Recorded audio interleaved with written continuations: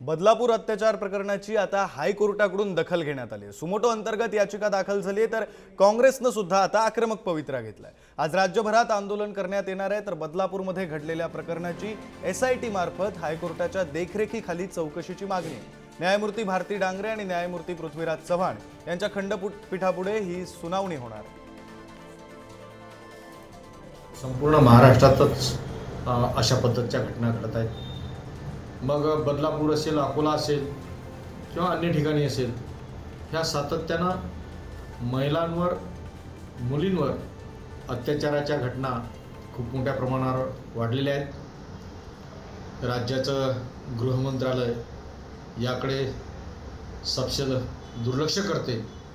गृहमंत्र्यांनी याची नैतिक जबाबदारी समजून आपल्या पदाचा राजीनामा द्यावा।